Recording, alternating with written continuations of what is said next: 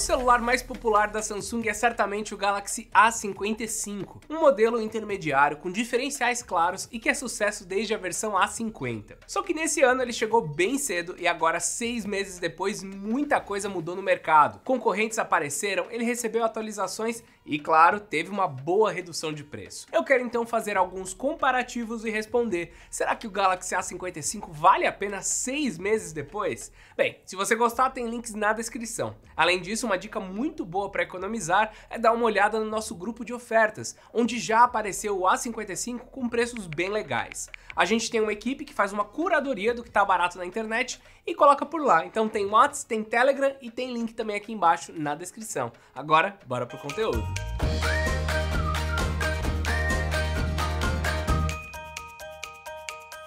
Como sempre, eu quero abrir esse vídeo aqui falando da construção do aparelho. Tirando esse contorno grosseiro no display, nada me faria dizer que ele é um intermediário. Afinal, tem corpo em metal, tem uma aparência escovada nessa lateral aí que é reta, tem traseira de vidro e proteção IP67. Com isso tudo aí que eu já citei, dá para enxergar diversas características de um topo de linha, o que já é uma boa razão para a gente falar que ele é quase isso. Ele é bonito, tem um tamanho bom para quem gosta de telefones grandes, mas na boa, poderia ter uma tela maior com menos bordas. O leitor de digitais está por debaixo do painel Super AMOLED e funciona bem rápido, apesar da posição ser muito baixa e incomodar um pouco. Além disso, ele traz 120 Hz de taxa de atualização e HDR10 Plus para consumo de conteúdo em HDR. Lembrando que ele é o único intermediário da marca com essa característica. De resto, temos a resolução Full HD Plus, que é padrão, e o Gorilla Glass Victus Plus, que é uma proteção de tela e que até então só estava nos topos de linha da empresa. Chegou junto pro A55 e pro A35. A pegada do celular, como eu já falei, é boa, tá? Eu gostei de usar ele. Com isso, já dá pra perceber que nesse ponto o celular não deixou nada a desejar. Onde a gente vai sentir que esse cara é realmente um intermediário é justamente no software.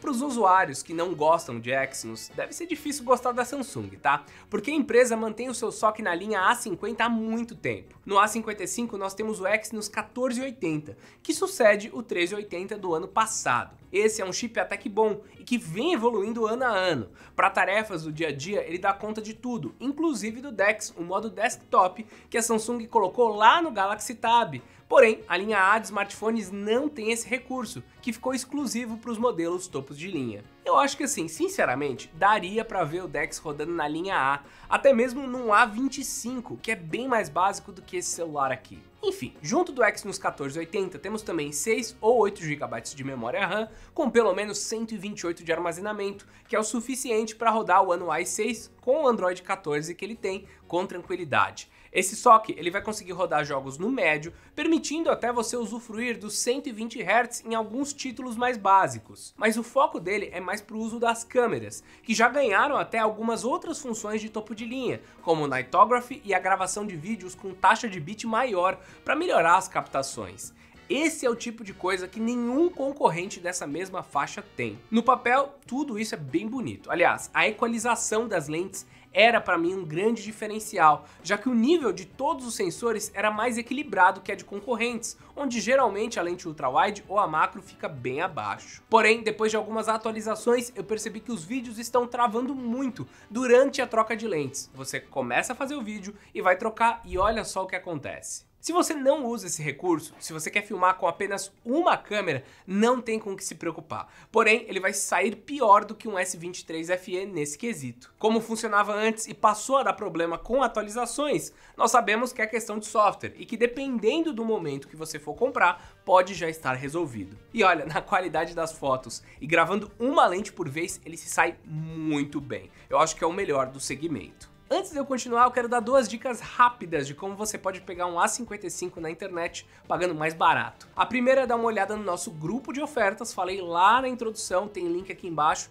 trem.me/ofertas, e lá você vai encontrar os melhores preços do dia, e vira e mexe tem o A55. Só que tem também o comparador Escolha Segura, nossa extensão para computador e aplicativo Android, onde você pode comparar preços, conseguir também testar cupons automaticamente na hora do carrinho e ainda criar alertas para ficar de olho quando que ele tá mais barato. Dá uma olhada também no link aqui embaixo e agora vamos voltar. Com relação ao preço, esses 6 meses de diferença não mudaram tanta coisa assim para esse equipamento aqui. A Samsung lançou com o preço lá no teto, cerca de R$ 3.500, e já na primeira semana de vendas ele estava mais condizente com a realidade de um intermediário aqui no Brasil, mas ainda caro, caindo ali para R$ 2.500. Agora ele está custando R$ 1.800, às vezes um pouco menos, mas no geral esse é o preço, e daí ele está mais competitivo. Porém, isso joga o preço dos concorrentes para cima também. O ideal seria que ele se mantivesse na casa dos R$ 1.600 para seguir o caminho trilhado pelo A54, que depois de 6 meses já custava isso. Mas qual que é o agravante nisso tudo? Bem, além da falta de competitividade das outras empresas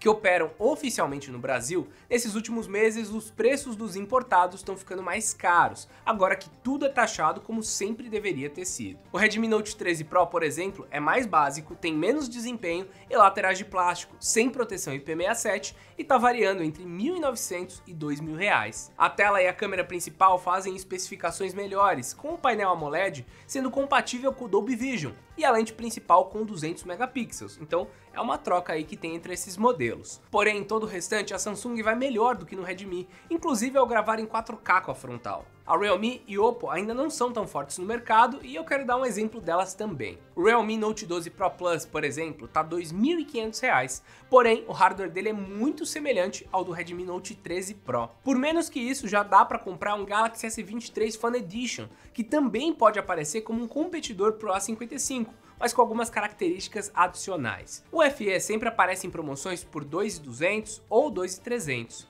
Se a diferença ficar mais baixa, ali perto dos R$ 300, eu indico você ir pro S23 FE.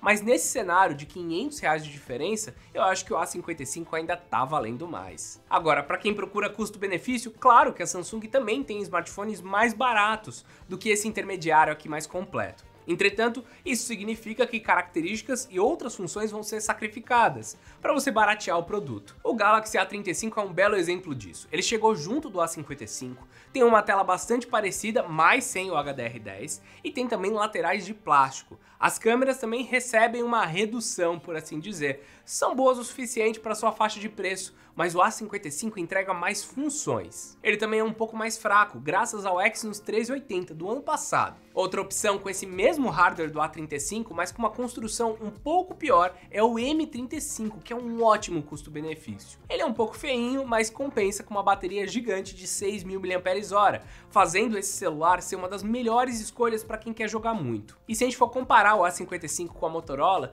a gente tem que começar a deixar a discussão de hardware de fora, porque os intermediários da fabricante não trazem os chips mais poderosos da categoria e nem rivalizam com o Samsung.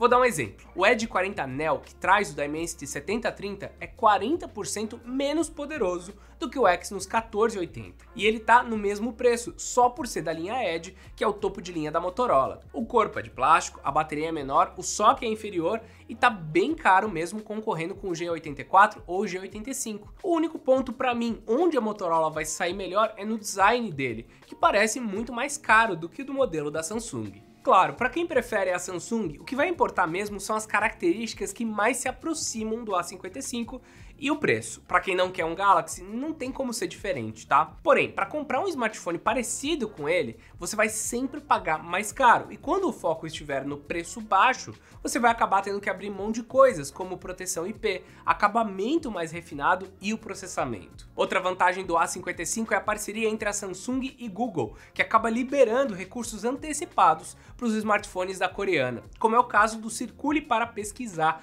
que já está funcionando no intermediário da marca. Essa função deve ser liberada logo mais para o A35, mas Xiaomi, Motorola e as demais ainda não implementaram nem nos celulares mais caros. Para fechar, vale comentar que o A55 tem um período de atualização maior do que o de concorrentes e ainda tem o NFC para você fazer pagamentos. Isso daí é bem interessante para você ter não só um ecossistema da Samsung, como utilizar todas as funções possíveis com o smartphone. Olha, uma coisa que eu gosto também é você conseguir bloquear também ele com apenas o seu CPF, é aquele modo de segurança. Por aqui você tem que pagar a mais, não é que nem na linha S, mas pelo menos tem a função habilitada. O resumo então, depois de usar o A55 por alguns dias, meses depois e compará-lo com o cenário brasileiro, é que a Samsung tá bastante confortável com esse modelo aqui na realidade dela no Brasil. Apesar de eu achar as bordas da tela dele meio feias e celulares como o da Xiaomi e da Motorola acabarem sendo mais bonitos e até parecerem um pouco mais caros, não no material, mas no seu design, a verdade é que o preço praticado pelos importadores ou até mesmo pela Motorola não tá tão bom assim. A Samsung tá conseguindo colocar ele numa faixa bem competitiva por conta do hardware e das câmeras. Mesmo com aquele problema do detalhe do vídeo, que tá com dificuldade para trocar, ele tem a melhor lente do segmento e as melhores funções para gravação e para fotos. A bateria dura um dia inteiro e ele ainda tem a possibilidade de usar um eSIM, que ajuda muito na segurança do telefone, impedindo que o chip seja removido em caso de roubo ou perda do equipamento. Na Black Friday eu acho que ele vai estar bem mais barato, acho que desses 1.800 ele deve aparecer por 1.600 e é nessa faixa que a gente tem que focar para pegar um bom custo-benefício do A55. Se você gostou, lembra que tem links na descrição, comprando por lá vocês ajudam a gente e tem não só review completo dele lá quando ele foi lançado aqui no canal, como comparativo com outros equipamentos. Então, para saber mais, dá uma olhada em tudo que tem aqui embaixo na descrição e eu espero vocês no próximo vídeo. Então é isso, meus amigos, e até mais!